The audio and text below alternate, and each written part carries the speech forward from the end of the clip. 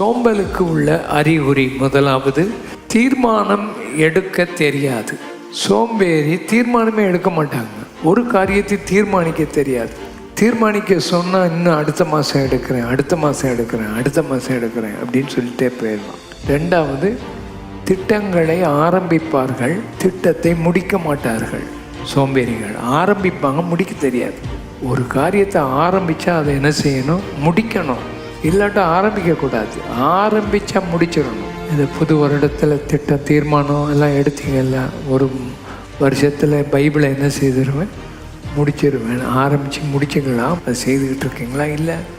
மூணாவது, சோம்பேறிகளுக்கு போர் அடிக்கும். எல்லாமே போர் அடிக்கும். பிரசங்கம் என்ன செய்யும்? போர் அடிக்கும். ஜெபம் போர் அடிக்குது. வீட்டு வேலையெல்லாம் போர் அடிக்குது. வேலைக்கு போகிறவனுக்கு வேலையை போர் அடித்து வீட்டில் உட்காந்துடுறான். போர் அடிக்குதுன்னு சொல்கிறான். சாக்கு போக்கு சொல்கிறது.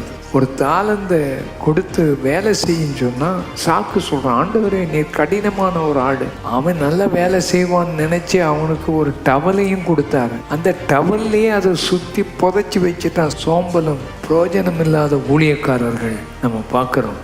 அடுத்தது, முதல் இடம் ஆண்டவருக்கு கொடுக்கணும். முதலிடம் கொடுக்காதவங்க எல்லாம் சோம்பேறிகள்.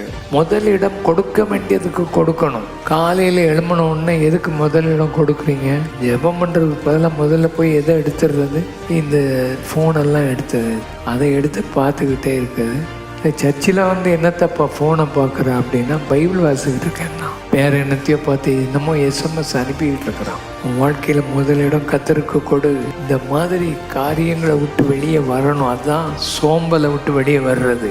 சோம்பேறிகள் இதெல்லாம் விட்டு வெளியே வரணும். முதலிடம் கர்த்தருக்கு கொடுக்கணும். ஆமென்.